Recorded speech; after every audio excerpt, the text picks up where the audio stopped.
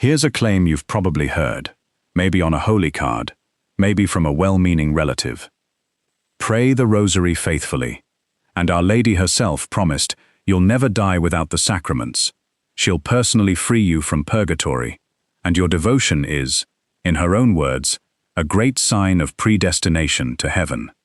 15 specific promises given directly to a canonized saint in a vision. That's a remarkable claim. And here's what almost nobody tells you when they hand you that list. The evidence that this particular vision actually happened the way it's usually told is a lot thinner than the confidence it gets repeated with. So, does that mean the Rosary is built on a made-up story? Not exactly.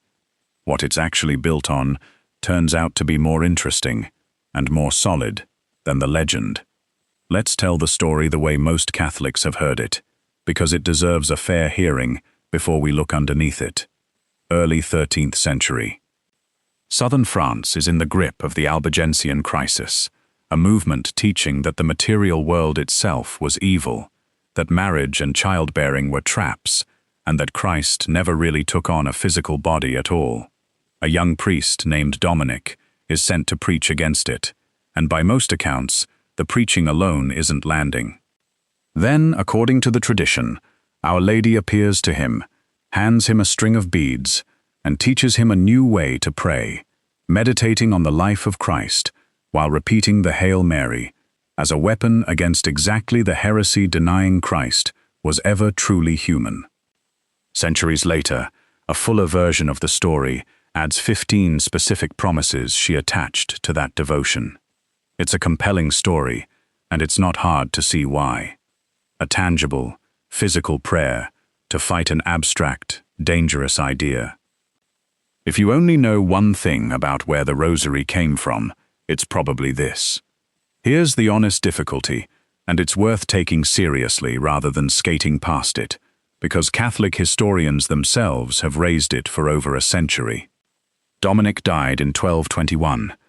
The early biographies written by people who actually knew him, the documents his own religious order produced in the decades right after his death, don't mention an apparition, don't mention a rosary, don't mention any of this. Nothing. If a canonized saint received a direct vision from the Mother of God with 15 specific promises attached, you'd expect at least one contemporary to have written it down. Nobody did. The story, in the form most people know it today, along with the 15 promises specifically, actually surfaces roughly 2 centuries later through the writing and preaching of a Dominican friar named Alain de la Roche, who spent much of his life in the 1400s promoting Rosary confraternities across Europe. Alain is the primary source connecting Dominic to the apparition and to this specific list of promises, and Alain himself is a complicated historical figure. He claimed a number of his own private visions, some involving extraordinarily specific details about Mary's family history that even sympathetic Catholic scholars have treated with real skepticism. The Dominican order's own early records, the liturgical calendars, the constitutions, the biographies written by men who had actually known Dominic, are silent on all of it. Serious Catholic historians who've studied this, going back over 100 years, including scholars working from inside the Church rather than critics of it, have generally concluded that the Dominic apparition story is best understood as a pious legend that grew up around Alain's promotional efforts, not a documented historical event. That's not an attack on the Rosary. It's just what the actual evidence shows, and it raises a fair question worth pausing on before moving forward. If the Church knows this legend is historically shaky, why did it spread for centuries anyway, on holy cards and in devotional pamphlets, without a loud correction? The honest answer is that the Church has never treated every popular pious story circulating among the faithful as something it needs to certify or police. Devotional literature has always occupied a looser, more informal space than defined doctrine, tolerated when it draws people toward genuine prayer, correctable without scandal once the history gets clearer. That's a very different thing from the magisterium formally teaching the legend as fact, which it has never done. So if the origin story most people have heard doesn't hold up as documented history, where did the Rosary actually come from? Here's the assumption sitting underneath a lot of anxiety about this discovery: that a devotion only counts, only has real spiritual weight, if it comes with a dramatic, verifiable miracle at its origin. If the apparition didn't happen the way the legend says, the thinking goes, then the whole practice must be sitting on nothing. That's not how the Church has ever actually anchored the Rosary's value. It's worth noticing that popes writing about the Rosary at real length, the ones with the most theological weight, barely lean on the Dominic story at all. Pope John Paul II wrote an entire document on the Rosary in 2002, adding a whole new set of mysteries to it, and grounded the practice in Scripture and in Mary's own contemplative gaze on Christ, not in a 13th-century apparition. If the Church's strongest official teaching on why the Rosary matters doesn't depend on that legend being literally true, then neither should your confidence in the practice. So what does the real history look like? It's slower, less cinematic, and arguably more remarkable, because it's actually documented. Long before anyone called it a rosary, medieval laypeople who couldn't read, and therefore couldn't pray the Church's full cycle of 150 psalms the way monks did, began substituting 150 Our Fathers or Hail Marys instead, counted on knotted cords or strings of beads. People started calling it Our Lady's Psalter, the layperson's version of the monk's prayer. Over the following centuries, this practice slowly picked up structure, repetitions grouped into sets, and eventually, a practice of meditating on a specific scene from the life of Christ during each set, the mysteries, as the beads moved through your fingers. Dominican preachers, including Alan de la Roche in the 1400s, played a real and significant part in organizing and spreading this structured version widely through confraternities, whatever we make of the additional legend he attached to it. From there, the documented history gets genuinely solid. In 1571, a fleet of Christian ships faced a much larger Ottoman navy at the Battle of Lepanto, at a moment when a Muslim invasion of Europe seemed like a real possibility. Pope Pius V had asked Christians across Europe to pray the Rosary for victory that day, and when the vastly outnumbered fleet won, he attributed it to Mary's intercession and instituted a feast in thanksgiving, which later became the Feast of Our Lady of the Rosary, still on the Church's calendar every October. That's a real, dated, externally verifiable historical event, entirely separate from anything Alan de la Roche wrote. It's the kind of anchor point the Dominic legend simply doesn't have. Centuries later, Pope Leo XIII wrote more encyclicals on the Rosary than any pope in history, over a dozen of them, in the late 1800s, at a moment when the Church was anxious about growing secularism across Europe, and reached for this specific devotion again and again as a response. And in 2002, John Paul II added the Luminous Mysteries, 5 new scenes from Christ's public ministry, formally expanding the devotion for the first time in centuries, in a document that grounds the whole practice in contemplating Christ's face through Mary's eyes, rather than in any 13th-century vision. None of that required Dominic's apparition to be historical. It's the Rosary's real paper trail, several centuries long, resting on popes, battles, and documents anyone can go check, and it's substantial. Before we get to the 15 promises themselves, it's worth being precise about what category of Catholic teaching we're even in, because this is where a lot of confusion actually starts. Catholic teaching sorts claims like this by weight, and it matters enormously which shelf something sits on. Dogma is defined: binding teaching, the Trinity, the resurrection, things every Catholic is required to believe. Doctrine is authoritative church teaching more broadly. Then there's a separate category entirely: private revelation, claimed visions or messages given to individuals after the apostolic age. Even when the Church investigates one of these carefully and gives it a form of approval, Lourdes, Fatima, Guadalupe. No Catholic is ever required to believe the content of a private revelation the way they're required to believe a dogma. It's permitted, sometimes encouraged, never binding. The 15 promises attributed to Dominic and popularized by Alain de la Roche have never gone through that kind of formal examination and approval at all. They're not scripture. They're not in the catechism. No council or pope has formally declared them an authentic message from heaven. The honest classification is simpler and humbler than private revelation. This is popular devotional literature, a promotional text that circulated for centuries attached to a legend, doing real spiritual work for a lot of sincere people, without ever carrying magisterial weight. Knowing that doesn't diminish the Rosary. It just puts this specific document exactly where it actually belongs. With all of that honestly on the table, here's the list, in the form it's most commonly circulated. Worth knowing that the exact wording varies slightly across different printings and translations, since it was never fixed by any single authoritative edition. Whoever serves Mary faithfully by praying the Rosary will receive special graces. The Rosary will be a powerful shield against evil, weakening vice and defeating spiritual error. Devoted recitation, joined with meditation on its mysteries, brings virtue to flourish and draws souls toward eternal things over the vanities of the world. Souls who entrust themselves to Mary through the Rosary will not be abandoned. The devout will find themselves protected in adversity and drawn toward the grace and mercy of God. True devotion to the Rosary will be accompanied, at death, by the sacraments of the Church. The faithful will have the light of God in life and at death, and will share in the merits of the saints.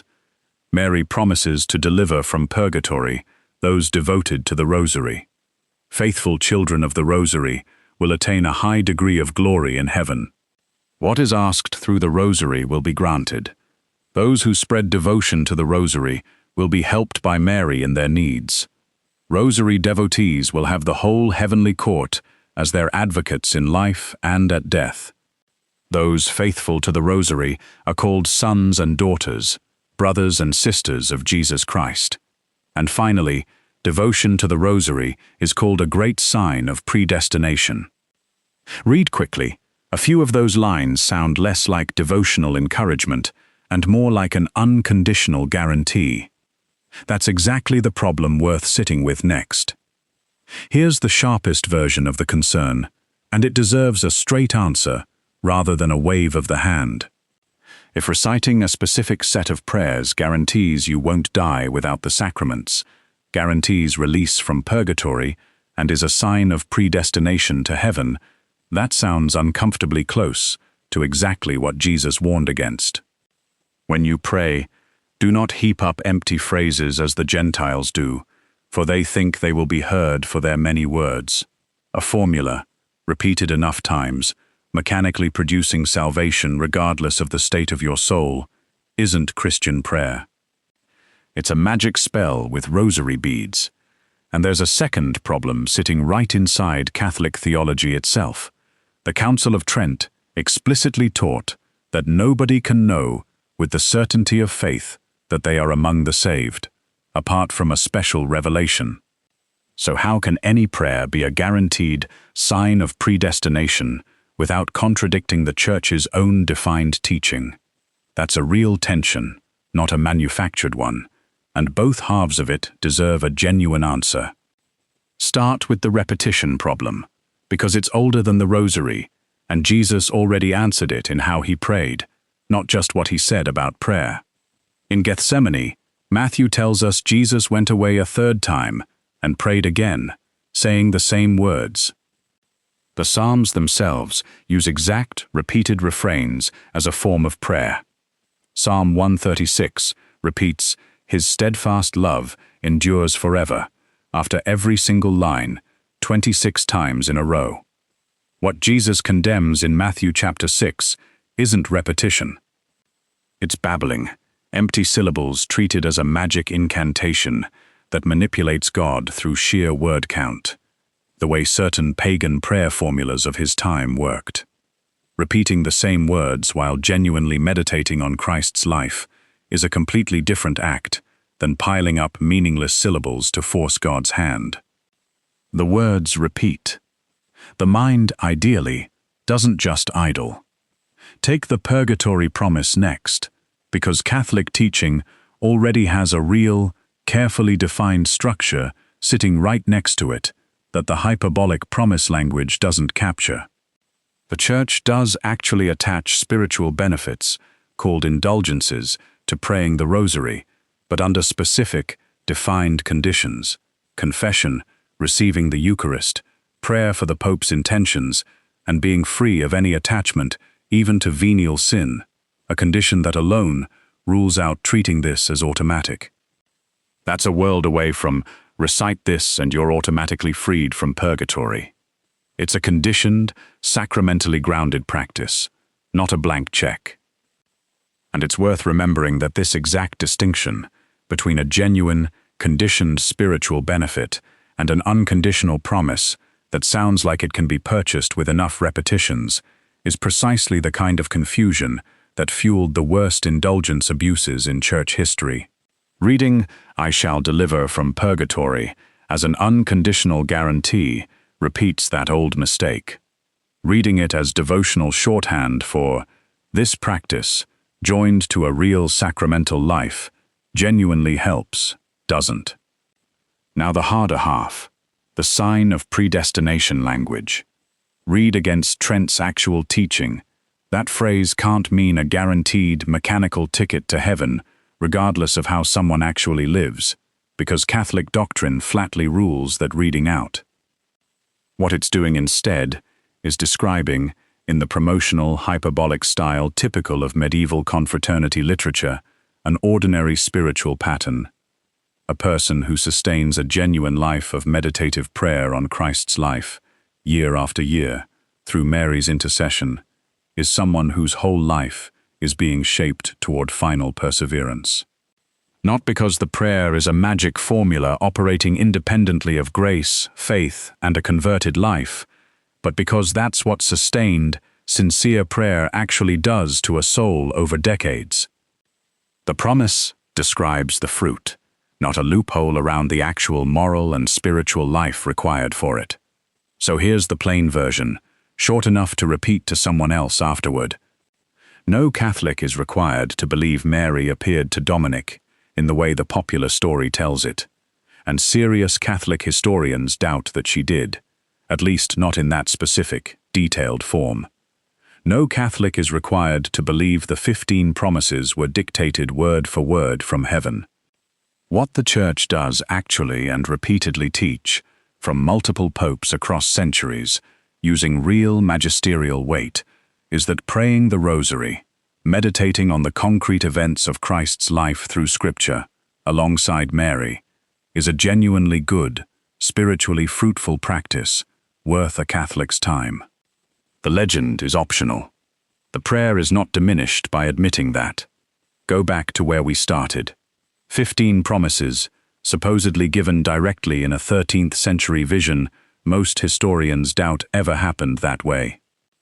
If that's all the Rosary rested on, this would be a video about letting go of something. It isn't, because that was never actually the foundation.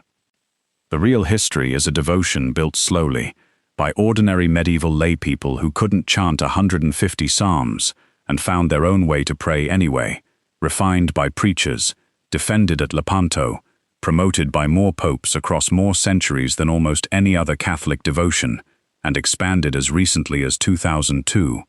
That's not a myth propping up a practice. That's a practice sturdy enough not to need one. And the 15 promises, read honestly, as devotional encouragement rather than a magic contract, still point at something true, that a life spent meditating on Christ, sustained for years through Mary's intercession, really does tend toward exactly what those promises describe. Not because of a formula, because that's what actually praying, for a lifetime, does to a person. So the next time you pick up a rosary, or see one hanging from someone's rearview mirror, or watch an older relative work through the beads without needing to look down at their hands. You don't need the 13th century vision to be verified history, for any of that to mean something. What you're actually looking at is centuries of ordinary people who couldn't read the Psalms, finding their own way to sit with Christ's life anyway, one Hail Mary at a time, and generations of popes who kept pointing back at that same simple practice long after any single legend could explain why. That's not a smaller inheritance than the one on the holy card. If anything, it's the one actually built to last.